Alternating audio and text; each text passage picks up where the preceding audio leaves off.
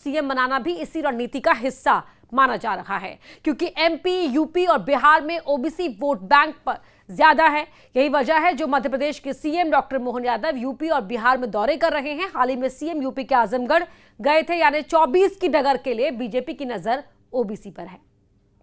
राजनीति को नहीं लाना चाहिए, लेकिन धर्म के नाम पे भी करती है, जातियों के नाम पर भी करती है। और समाज के आधार पर बांटने का काम, ये काम कांग्रेस पार्टी का है।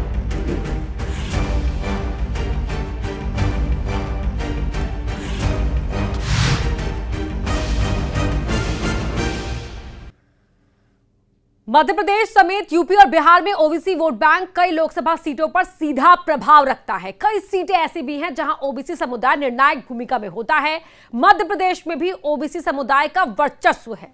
यही वजह है जो इस बार बीजेपी ने ओबीसी समुदाय से डॉक्टर मोहन यादव को मुख्यमंत्री प्रदेश का बनाया है। उधर ओबीसी वोट बैंक को लेकर राजनीति भी खूब होती है, चाहे बात टिकट देने की हो या फिर कैबिनेट में मंत्री बनाने की। कांग्रेस इस पर खूब राजनीतिक रोटियां सेकती आ रही है। उधर बीजेपी कांग्रेस पर जाति और धर्म के आधार पर बांटने के आरोप भी लगाती रही है। जाति के आधार पर, पंथ समाज के आधार पर बांटने का काम, ये काम कांग्रेस पार्टी का है। भाजपा तो समावेशी भाजपा है, सर्वस्पर्शी भाजपा है, सबको साथ लेकर चलने वाली भाजपा है। सबका साथ, सबका विकास, सबका विश्वास और सबका प्रयास, यही हमारा मंत्र है। राजनीति करती है और उसका दिखावा भी करती है। धर्म में भी हम देखते हैं, कभी राजनीति को नहीं लाना चाहिए, लेकिन धर्म के नाम पे भी करती है, जातियों के नाम पर भी करती है। कांग्रेस पार्टी लगातार मुद्दों की राजनीति करती है। उसने कभी भी धर्म की राजनीति नहीं करी, ना ही जातिवाद की ऐसी कोई बात करी। हम बोलते हैं जातिगत जनगणना करवाइए, तो जातिगत जनगणना पर चुप हो जाती है, बातों को घुमाती है। सवाल यह है, क्या इस बार बीजेपी और कांग्रेस ओबीसी वोट बैंक को साधने में जुटी है? क्योंकि दोनों ही पार्टियों ने राज्यसभा प्रत्याशियों के लिए ओबीसी पर फोकस किया है। कांग्रेस ने अशोक सिंह को उम्मीदवार बनाया है जो ओबीसी से ही आते हैं। उधर सीएम डॉक्टर मोहन यादव तो एक्टिव हैं ही, इसे तो ऐसा ही लगता है। और अब महाडिबेट के सवाल क्या है, उन सवालों को देख लेते हैं इस बड़ी स्क्रीन पर। महाडिबेट का पहला सवाल क्या है, आइए देखते हैं।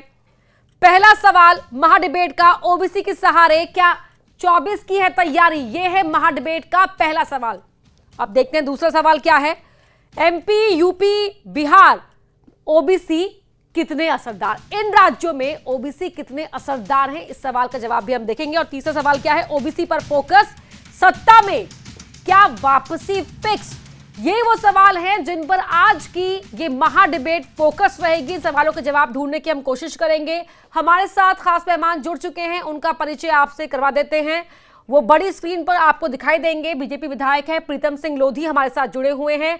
अवनीश बुंदेला हैं, उपाध्यक्ष हैं कांग्रेस मीडिया विभाग के, वो भी जुड़ चुके हैं। दिनेश निगम त्यागी हैं, वरिष्ठ पत्रकार हैं। और साथ ही डॉक्टर गुलरेज शेख भी हैं, बीजेपी प्रवक्ता है, हमारे साथ जुड़ चुके हैं। और आप सभी का ही बहुत बहुत स्वागत है। अवनीश बुंदेला जी, क्या नजर कांग्रेस की भी ओबीसी पर है? क्योंकि बीजेपी की तो रणनीति साफ दिखाई दे रही है यहां पर।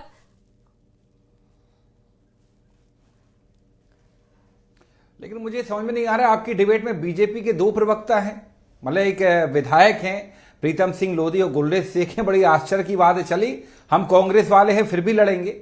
मैं स्पष्ट कह दूं, देखिए हम ये मानते हैं, ठीक है, अगली बार आपको लिस्ट भेज दूंगी। हम किसी भी वर्ग को वोट बैंक के तौर पर नहीं देखते। नहीं, लिस्ट वाली बात नहीं है, ये फॉर्मेट नहीं है। आपको करना तो करिए, कोई दिक्कत नहीं, प्रोटोकॉल नहीं होता ये फॉर्मेट नहीं होता। आप इसको आप ऐसा लगता है कि कहीं ना कहीं मीडिया के मन में ज्यादा भय है कि बीजेपी को सुरक्षित रखना, आप ज्यादा पॉजिटिव है बीजेपी के प्रति, इसलिए आप ऐसा कर रहे हैं। बाकी मैं स्पष्ट कर दूं, कांग्रेस पार्टी, ठीक है, मेरी बात सुन लीजिए, बस मेरा जवाब सुन लीजिए आप।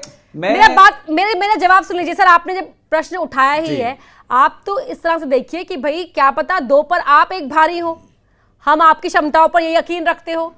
पर्सपेक्टिव की बात है ना बुंदेला जी। सुनिए, वो कोई विषय नहीं, वो कोई विषय नहीं। देखिए, मैं स्पष्ट कर दूं कि कांग्रेस पार्टी कभी भी किसी वर्ग को वोट बैंक के तौर पर नहीं देखती। कांग्रेस पार्टी ऐसा मानती कि हर वर्ग का विकास होना चाहिए और हर वर्ग के अंतिम व्यक्ति तक जो सरकारी संसाधन है वो पहुंचना चाहिए। लेकिन दुख इस बात का है कि भाजपा के लोगों ने इस देश की जनता को, इस प्रदेश की जनता को वर्ग विशेष में, जाति विशेष में, धर्म विशेष में बांट दिया है। अच्छा, अब जहां तक बात है चुनाव की, हम ऐसा मानते हैं कि जो आपने संकल्प पत्र जारी किया था शिवराज सिंह चौहान जी की सरकार में, और उसमें जो आपने जनता से, आवाम से वादे किए थे, अगर वो वादे आप पूरे करेंगे तो उन वादों का लाभ एससी, एसटी, ओबीसी, सामान्य हर किसी तक पहुंचेगा। मुझ तक भी पहुंचेगा, गुलरेज भाई तक भी पहुंचेगा, प्रीतम सिंह लोधी तक भी पहुंचेगा। तो मैं वो बताना चाहता हूं, आप अगर इस तरह से देश की राजनीति को देखेंगे तो मैं उसको सही नहीं मानता। मैं तो ये मानता हूं कि भारतीय जनता पार्टी अपना संकल्प पत्र उठाए और काम करना शुरू करे। 3100 रुपए धान के मिल गए क्या? बहु बेटियों को लाडली बहना के तहत आपने 3000 रुपए का वादा किया था, 1250 मिल रहे हैं। इसके अलावा मध्य प्रदेश की कानून व्यवस्था क्या चाक चौबंद है? उसी ग्वालियर, जिस ग्वालियर से विधायक जी आते हैं, जिस संभाग से, उस ग्वालियर में आप देखें निरंतर एक दिन में दो ऐसे बलात्कार होते कि गैंग रेप करने के बाद बच्ची को पुल के नीचे फेंक दिया जाता है। बलात्कार उसी बच्ची के घर में जाकर उसके परिजनों की मौजूदगी में किया जाता है। तो ये सब मुझे लगता है इन सारी बातों पर अगर आप ध्यान देंगे तो ज्यादा अच्छा होगा। अगर आप देखें, गृह विभाग में 1 लाख पद खाली हैं, स्वास्थ्य विभाग में 1 लाख पद खाली हैं, 30,000 बैकलॉग के पद खाली हैं, 1.25 लाख से ज्यादा शिक्षा विभाग में पद खाली हैं। सबसे बड़ी बात, पिछले 7 साल से सब इंस्पेक्टर की भर्तियां नहीं हुई हैं। इसी कारण है कि प्रदेश की कानून व्यवस्था एकदम जर्जर है। अच्छा होगा अगर आप इस तरह के अपने कामों पर ध्यान देगी सरकार, मोहन यादव जी की सरकार, तो उससे मुझे लगता है कि हर वर्ग, प्रदेश की हर जनता, हर अंतिम व्यक्ति उससे लाभान्वित होगा, ना कि पटवारी भर्ती घोटाला करने, यानी कि आप ये कह रहे हैं कि काम करेंगे तो वर्ग को, वोट बैंक को साधने की आवश्यकता नहीं पड़ेगी, ये कह रहे हैं ना डॉक्टर गुलरेज शेख। बीजेपी सरकार अपने घोषणा पत्र को पूरा करने में काम क्यों नहीं कर रही है? वादे पूरे करें।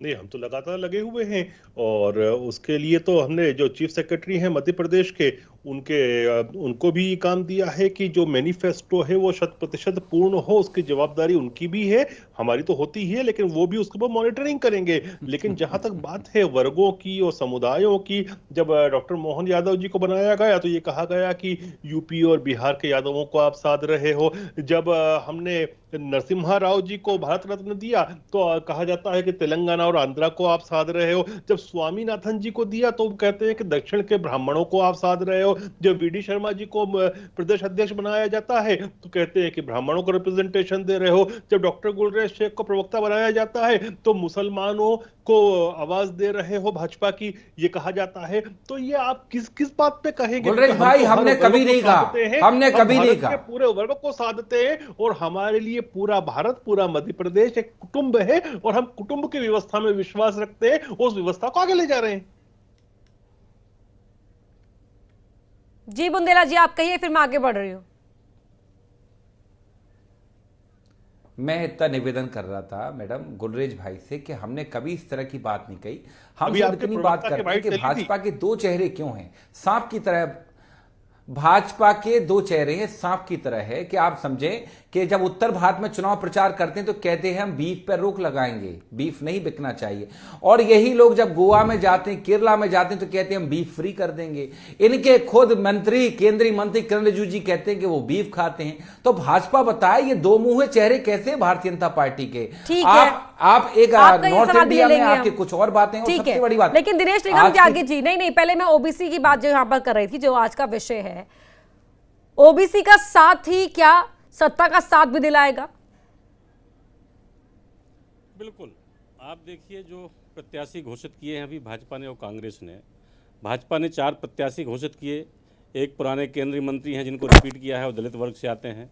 दूसरे जो वाल्मीकि समाज के उज्जैन के उमेश महाराज हैं, वो वाल्मीकि समाज से दलित वर्ग से आते हैं। शेष दो कैंडिडेट हैं, बंसीलाल गुर्जर और माया नरोलिया जी, ये दोनों पिछड़े वर्ग से आते हैं। तो और कांग्रेस को देख लीजिए, कांग्रेस का एक सीट आना है, कांग्रेस ने अशोक सिंह जी को प्रत्याशी बनाया है, तो यादव समाज से आते हैं। पूरी राजनीति भाजपा और कांग्रेस दोनों दलों की पिछड़े वर्गों पे, दलित वर्गों पे केंद्रित होकर रह गई है। क्योंकि कांग्रेस के पास एक ही सीट आना है तो उन्होंने पिछड़े वर्ग को चुना, और उस समाज से चुना जिस समाज से भाजपा ने अपना मुख्यमंत्री बनाया है प्रदेश में। तो दोनों दल काम अपनी जगह है, एजेंडा अपनी जगह है, घोषणा पत्र अपनी जगह है, लेकिन दोनों, सच यही है कि दोनों दल जातियों को साधकर ही आगे बढ़ रहे हैं। और मुझे लगता है जो ये अगला विधानसभा चुनाव हो चाहे लोकसभा चुनाव हो, लेकिन अगले लोकसभा चुनाव को लेकर तैयारी ज़्यादा हो रही है। इसीलिए और पिछड़ा वर्ग है भी 60, कहीं 60%, कहीं 70%, कहीं कहीं तो 80% है। तो पिछड़े वर्ग की तादाद कई जगह तो बिल्कुल निर्णायक सीटें हैं। यादव समाज, लोधी समाज, गुर्जर समाज और भी जितनी जातियां हैं वो सब अलग अलग क्षेत्रों में बटी हैं और बहुतायत में हैं। इस वर्ग को ध्यान में रख के ही कैंडिडेट घोषित किए गए हैं। पूरी राजनीति जाति आधारित हो गई है। अब आप देखिए कि भाजपा ने जो कैंडिडेट घोषित किए दोनों पिछड़े वर्ग के हैं, दोनों इधर के हैं। एक जो है दलित वर्ग के हैं वो जैन के हैं, वो मालवा के हैं। जो दूसरे बंसीलाल गुर्जर हैं वो मंदसौर के हैं, वो मालवा के हैं। ये जो माया निरोलिया जी हैं ये नर्मदा तरफ की हैं। मतलब एक ही तरफ के हैं सारे कैंडिडेट, दूसरे प्रदेश के हैं। तो पूरी गणित ये है कि जो है ज़्यादा से ज़्यादा सीटें मिलें, कैसे लाभ मिलें, तो जातियों को ध्यान में रख के ही कैंडिडेट। जहाँ तक कांग्रेस का सवाल है, कांग्रेस ने अशोक सिंह के जरिए एक तीर से 2 निशाने साधे हैं। एक तो वो यादव समाज के हैं जिस समाज से मुख्यमंत्री आते हैं, दूसरा चंबल ग्वालियर अंचल के हैं। सिंधिया जी पिछले दिनों कांग्रेस छोड़कर भाजपा में आए थे, केंद्रीय मंत्री हैं वो, और भाजपा मिलकर वहाँ बड़ी ताकत बन रहे हैं। तो उसको काउंटर करने के लिए यादव समाज कहीं जो पिछली बार कांग्रेस के पास आया था चला ना जाए मोहन यादव की वजह से, उस दृष्टि से भी अशोक सिंह का चुनाव किया गया है। मुझे लगता है दोनों दल एक ही रास्ते पर जी। Doctor R K. शुक्ला, दोनों ही दल एक ही रास्ते पर हैं, लेकिन इस एक रास्ते पर चलते हुए मंजिल किससे मिलेगी वो किस पर डिपेंड करेगा, किस चीज पर निर्भर करेगा? राजनीति में निश्चित रूप से जातिवाद का प्रभाव तो है।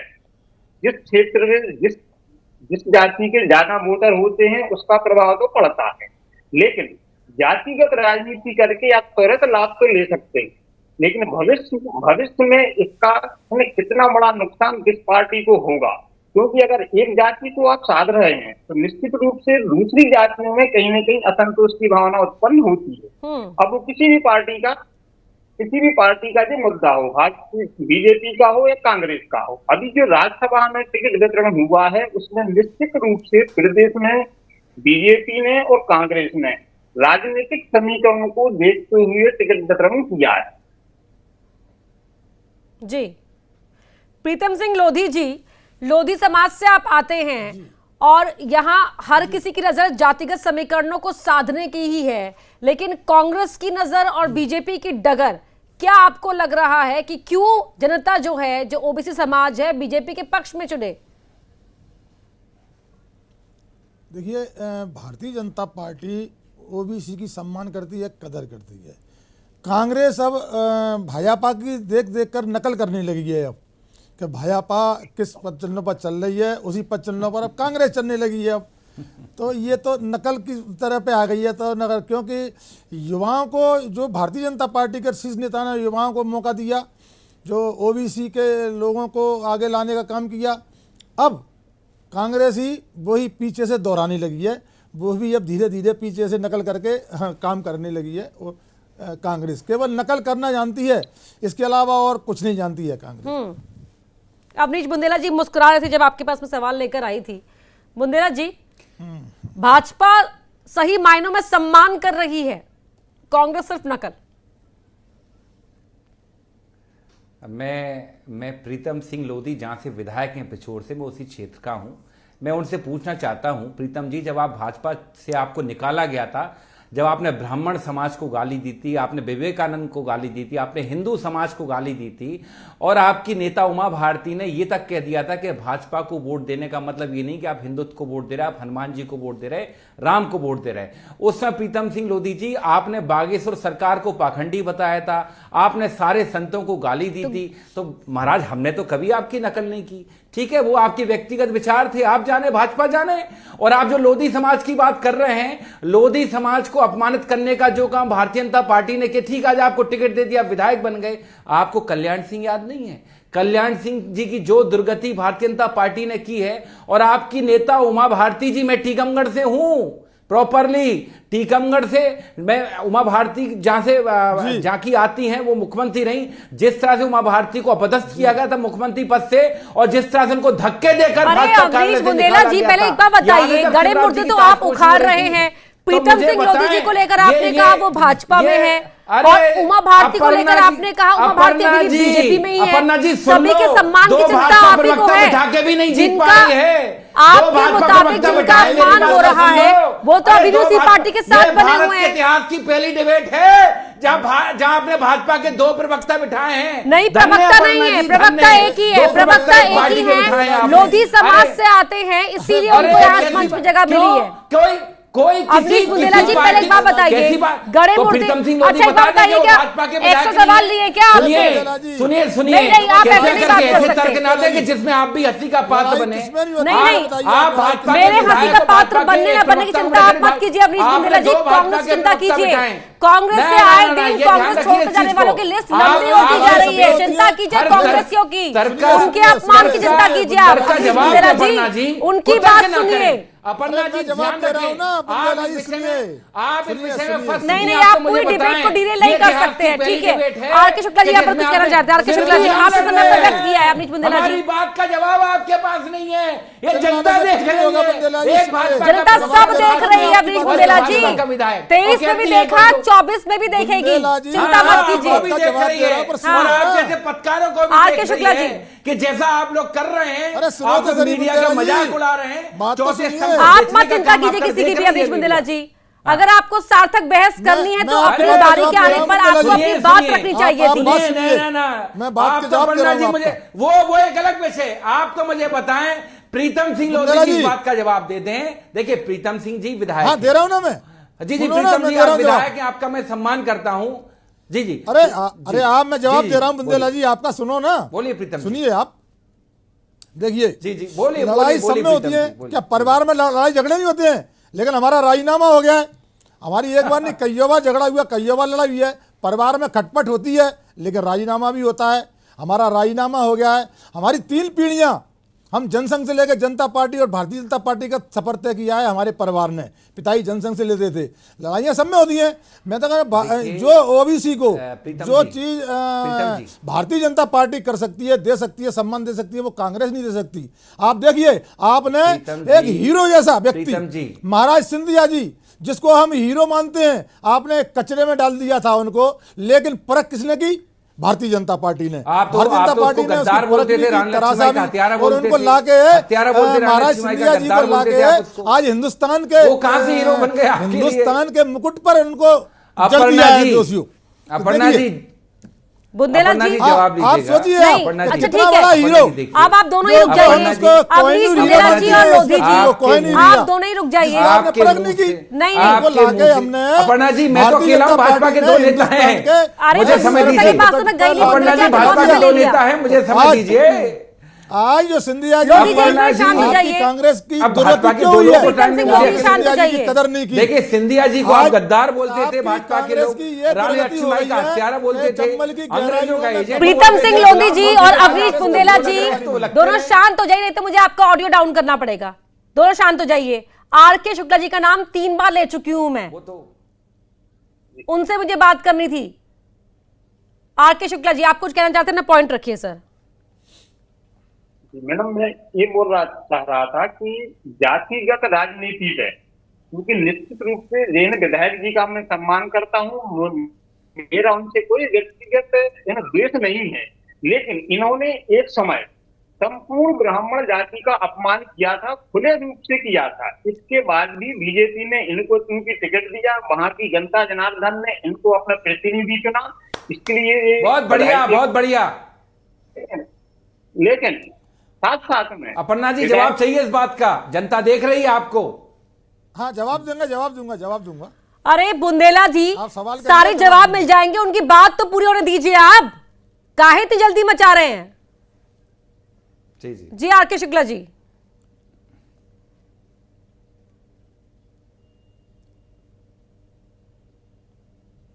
शुक्ला जी आप ही से पूछ रही हूं, अपनी बात कंप्लीट कर लीजिए सर, बाकी आगे और मेहमान भी है मेरे साथ।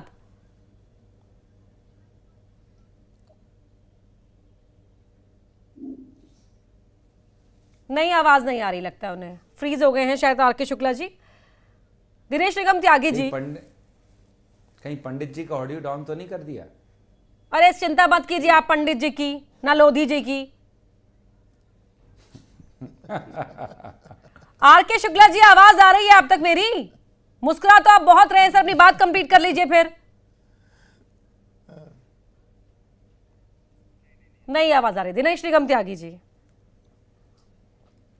ये मुझे जातिगत लगता है कि जनगणना पर राज्यसभा ना बात, होती- जातिगत जनगणना को लेकर कांग्रेस के आरोप की बीजेपी उस पर कुछ करने को तैयार नहीं, लेकिन समीकरण लगातार साध रही है, सत्ता में भी, अपनी पार्टी के अंदर, संगठन के अंदर भी। क्या आपको लग रहा है कि जो कदम हाल ही में उठाए गए बीजेपी की ओर से, तो उनका असर एमपी, बिहार, उत्तर प्रदेश में देखने को मिलेगा, लोकसभा चुनाव में देखने को मिलेगा? बिल्कुल, देखिए भाजपा जो काम करती है पूरी योजना से करती है। मुझे लगता है कांग्रेस में उस योजना की थोड़ा कमी है। भाजपा एक चुनाव लड़ती है, अगले चुनाव की तैयारी शुरू कर देती है, पूरा लक्ष्य तय कर। जैसे मोहन यादव को उन्होंने मुख्यमंत्री बनाया तो बहुत सोच समझ के बनाया, क्योंकि उत्तर प्रदेश में और बिहार में यादव नेता प्रभावी हैं और इस समाज का वोट भाजपा को नहीं मिलता है। तो मुझे लगता है वो मैसेज देने के लिए भाजपा ने ऐसा किया था। अब फिर जो राज्यसभा, लेकिन मैं एक दूसरी बात ये भी कहना चाहता हूँ कि राज्यसभा जो होती है वो बहुत बुद्धिमान और पढ़े लिखे लोगों का सदन होता है, जो चुनकर नहीं जाते हैं और जो मनोनीत किए जाते हैं। आप शुरू में राज्यसभाओं को देखिए, जब शुरू में अपने देश आज़ाद हुआ उसके बाद जब राज्यसभा बनी, 2-3 देखिए कैसे कैसे लोग थे, कैसे कैसे लोग बहसें होती थी। तो दोनों पार्टियों को ऐसे मुद्दों पर जातिगत क्षेत्रीयता को छोड़कर ऐसे लोगों को भेजना चाहिए जो वास्तव में बहस करें, पढ़े लिखे हों, अच्छे जानकार हों, और जातीय राजनीति में नहीं पड़ना चाहिए। ये बात सही है कि आज की राजनीति क्षेत्रीयता की तरफ, जाति की ओर, धर्म की तरफ, हर तरफ बढ़ रही है। इसको ध्यान में रख के ही सभी दल निर्णय ले रहे हैं और भाजपा की तैयारी हर तरह से, चाहे वो संगठन की दृष्टि से हो, चाहे जातीय दृष्टि से हो, चाहे क्षेत्र की दृष्टि से हो, और चाहे धार्मिक दृष्टि से हो, हर दृष्टि से मजबूत होकर वो कोशिश कर रही है कि हम ज़्यादा से ज़्यादा सीटें लें, ज़्यादा से ज़्यादा जीतें। इस बात को ध्यान में रखकर कि भाजपा की पूरी तैयारी है। पहले मुख्यमंत्री उसको ध्यान में रखकर बनाया गया, और राज्यसभा के टिकट उसको ध्यान में रखकर दिए जा रहे हैं, और आगे ही मुझे लगता है भाजपा की रणनीति ऐसी ही रहने वाली। मतलब हर एक कदम जो उठाया जा रहा है, डॉक्टर गुलरेज शेख, आपकी पार्टी सिर्फ जीत को लक्ष्य बनाकर ही आगे रख रही है हर एक कदम? देखिए, सबसे पहला कदम तो होता है कि समाज में रिप्रेजेंटेशन देना, सबको, राष्ट्र को आगे ले जाना। और जब ये दो काम आप करते हो तो अपने आप जीत का लक्ष्य जो होता है ना, वो आपका पूर्ण होता है। वो यही नजर आ रहा है कि चाहे नेशनल लेवल पर देखें, इंटरनेशनल लेवल पर देखें, भारत की साख बढ़ रही है, हमारे यहाँ की जीडीपी बढ़ रही है, देश का मान सम्मान बढ़ रहा है। वो सारे समुदाय जो हैं एक साथ मोदी जी के और भारतीय जनता पार्टी के पीछे खड़े हैं, क्योंकि सबको रिप्रेजेंटेशन दिया है, सबका साथ, सबका विकास, सबका विश्वास और सबका प्रयास, इसी से तो भारत बनता है और इसी से भारतीय जनता पार्टी बनती है। तो ये जो लोग बात करते हैं कि जो हम लोग सोशल इंजीनियरिंग करते हैं, तो सोशल इंजीनियरिंग नहीं करते, हम पूरे समाज की इंजीनियरिंग करते हैं। और इंजीनियरिंग के पीछे जो पुर्जा होता है, जो गंतव्य होता है, जो मकसद होता है, पूरे समाज को जोड़कर सशक्त करना और हिंदुस्तान को आगे ले जाना, उसी पर हम काम करते हैं। अभी अवनीश जी बहुत कुछ बोल रहे थे कि भाजपा के दो प्रवक्ता बिठा रखे हैं आपने। देखिए, प्रवक्ता जो होता है पार्टी का मुंह होता है मीडिया के सामने, और बतौर पार्टी के मुंह में बोल रहा हूं कि मैं ही एक प्रवक्ता हूं। हाँ, लोधी जी हमारे विधायक है, लेकिन प्रवक्ता के रूप में केवल मैं बैठा हूं। लोधी जी लोधी समाज के एक रिप्रेजेंटेटिव, दो लोग है ना, दो लोग यार। गुलरेज भाई कम से कम इस बात पर आप तो बहस मत करो। दो लोग हैं पक्ष रखने के लिए, कांग्रेस का आदमी एक है पक्ष रखने के लिए। बात करता पक्षकार बोल दूं, आप भी प्रवक्ता नहीं हो। चलो, दो पक्षकार है कांग्रेस भाजपा के, कांग्रेस का एक है। चलिए वो छोड़िए, ठीक है, इस बात पर बहस मत कीजिए। ठीक है, समय व्यर्थ नहीं करते हैं। आरके शुक्ला जी, अगर आपको मेरी आवाज पहुंच रही हो तो अपनी बात कंप्लीट कर लीजिए, क्योंकि यहाँ पर नहीं तो बुंदेला जी आरोप लगाएंगे कि हमने आपका ऑडियो डाउन कर दिया था। शुक्ला जी, आप तक आवाज पहुंच रही है? आवाज पहुंच रही है सर, अपनी बात कंप्लीट कर लीजिए फिर।